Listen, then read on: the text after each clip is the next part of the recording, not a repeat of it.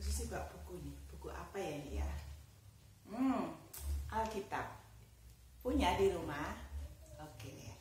Hari ini kita mau mendengarkan firman Tuhan.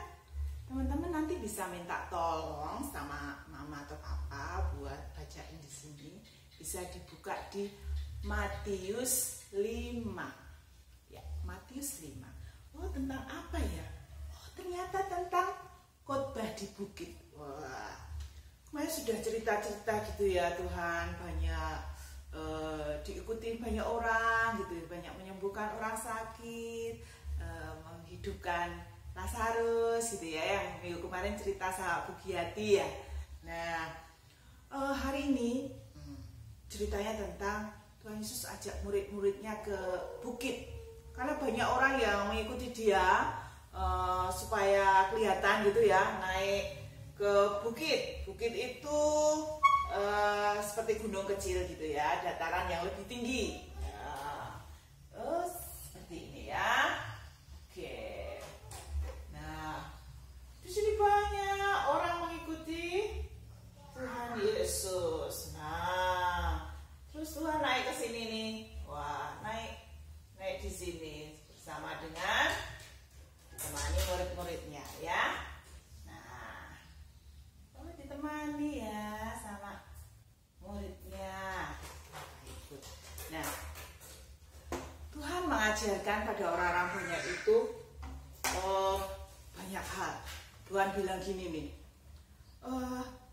berbahagialah orang yang miskin di hadapan Tuhan. Wah, orang yang miskin hatinya gitu ya, karena dia yang punya kerajaan surga. Orang yang merasa ingin nggak sombong gitu ya, nggak apa ya, merasa dirinya hebat. Wah, aku kaya nih, aku paham semua cerita nih. Wah, sombong sekali ya. Itu malah Tuhan nggak suka. Tapi sama anak-anak yang selalu ingin belajar, merasa belum memiliki apa ya, pokoknya yang nggak sombong lah gitu ya. Itu Tuhan suka di anak-anak seperti itu yang nanti akan punya surga gitu ya. Nah, terus Tuhan juga bilang orang yang lagi sedih itu nanti dihibur sama Tuhan. Nah, pernah sedih nggak? Boleh nggak sih kita sedih? Boleh. Kita kalau lagi sedih gitu ya nggak apa-apa. Itu ekspresi kok, harus dikeluarkan ekspresi kita. Misalnya kita lagi kehilangan binatang peliharaan kita gitu, boleh sedih nggak? Wah, sedih, ikanku mati. Sedih nggak apa-apa, nangis sebentar saja nggak apa-apa, serahkan sama Tuhan, nanti Tuhan yang hibur. Nah, sedih boleh, tapi tidak boleh sedih yang lama-lama gitu ya. Terus Tuhan juga bilang orang yang lemah lembut itu akan memiliki bumi ya. Bumi itu dunia kita ini ya. Jadi orang-orang yang hatinya lembut gitu ya, nggak kasar-kasar, nggak suka ngomong yang jahat-jahat sama temannya, yang pokoknya hatinya lembut, dia lemah lembut, suka menolong orang lain, dia yang akan memiliki dunia ini. Itu hebat sekali ya, mau ya jadi anak yang lemah lembut. Nah, terus ada lagi nih, Tuhan bilang orang yang lapar haus akan kebenaran. Lapar haus, gak cuma lapar haus makan minum ya, tapi pengen selalu mencari hikmat Tuhan, pengen selalu jadi anak Tuhan yang baik, itu akan diberi kemurahan juga sama Tuhan. Wah, baik banget ya Tuhan itu ya. Tuhan juga bilang orang yang suci hatinya, bukan bersuci ini ya, tapi hatinya bersih, nggak pernah dengki, nggak pernah sombong gitu ya. Pokoknya yang suci, lurus, hatinya putih gitu ya. Baik sama temannya, patuh sama orang tuanya. Nah, itu dia akan melihat Tuhan. Wis, bonusnya ya. Melihat Tuhan loh, kalau hati kita bersih ya. Nah, terus juga Tuhan bilang nih, orang yang membawa damai itu disebut anak Allah. Siapa yang anak Allah? Suci mau banget jadi anak Allah ya. Nah, kita harus baik gitu ya. Kita harus membawa damai. Kalau ada temennya yang lagi bertengkar, kita yang jadi penengahnya, ayo toh berbaikan gitu ya. Nah, kita harus menjadi pembawa damai. Oh, kalau kita lagi main bareng sama temennya gitu ya, kita nggak usah ini usil-usil lah. Nanti kalau kita usil jiwiti, gangguin temennya, nanti jadi marahan. Nah, kalau marahan gitu kan nggak damai ya gitu. Oke, ada lagi nih. Terus orang yang dianiaya karena kebenaran, dia yang punya kerajaan surga. Nah, kadang ada ya, kita sudah baik, kita sudah berbuat baik, lah malah dihukum, malah nggak adil gitu ya.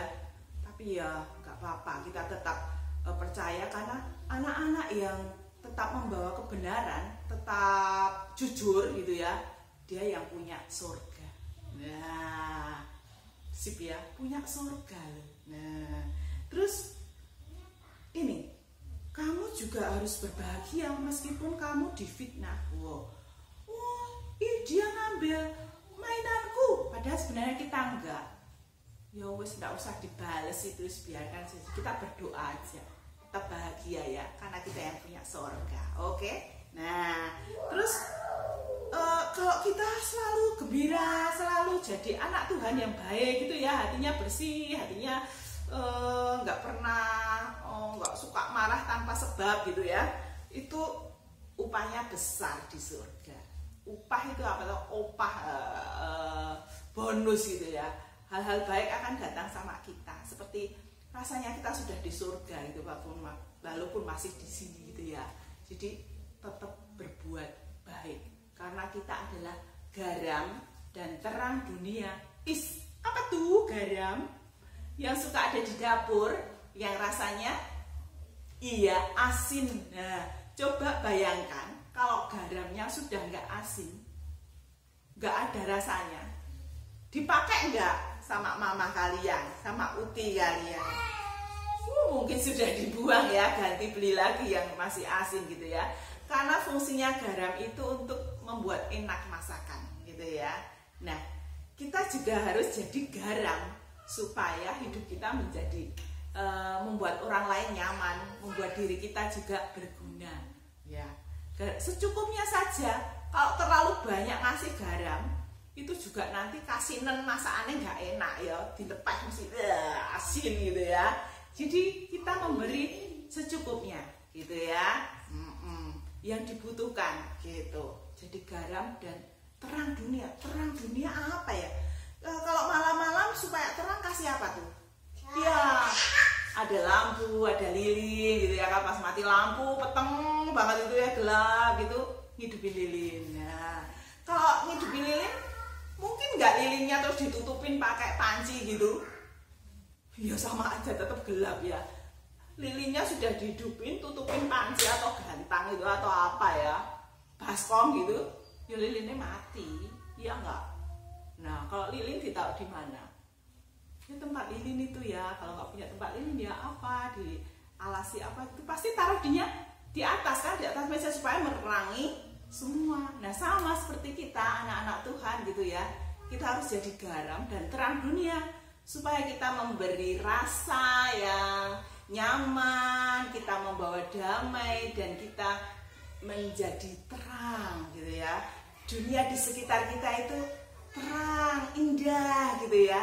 Mau ya anak-anak TK Tunas Kasih, anak hebat, jadi lilin, lilin, lilin kecil yang terang, wah, menyinari sekitarnya. Nah, anak-anak mau ya jadi lilin-lilin terang ya? Ya, lilinnya ditaruh di alas, terus biasanya ditaruh di atas meja atau di tempat yang lebih tinggi supaya menerangi sekitarnya. Iya. Lilin, lampu gitu kan, lampu di atas. Coba lihat di rumahmu sekarang, lampunya ada di mana? Di atas ya, atau di tempat yang terlihat? Ada nggak lampunya yang terus ditutupi bantal? Nggak ada ya. Nah, itu anak-anak Tuhan juga seperti itu. harus menjadi lilin, lampu, penerang ya bagi sekitarnya supaya dunia kita menjadi indah. Oke, anak tunas kasih mau jadi garam dan terang dunia ya. Oke, I love you. Tuhan juga mencintaimu, mencintai Bu Suci dan mencintai semuanya. Ya, sampai ketemu lagi. Terus menjadi anak-anak hebat, anak-anak yang patuh akan Tuhan. Berbahagialah karena kita yang akan punya surga. Oke, kita mau berdoa bersama ya. Yuk kita berdoa. Tuhan Yesus, terima kasih atas firman-Mu hari ini.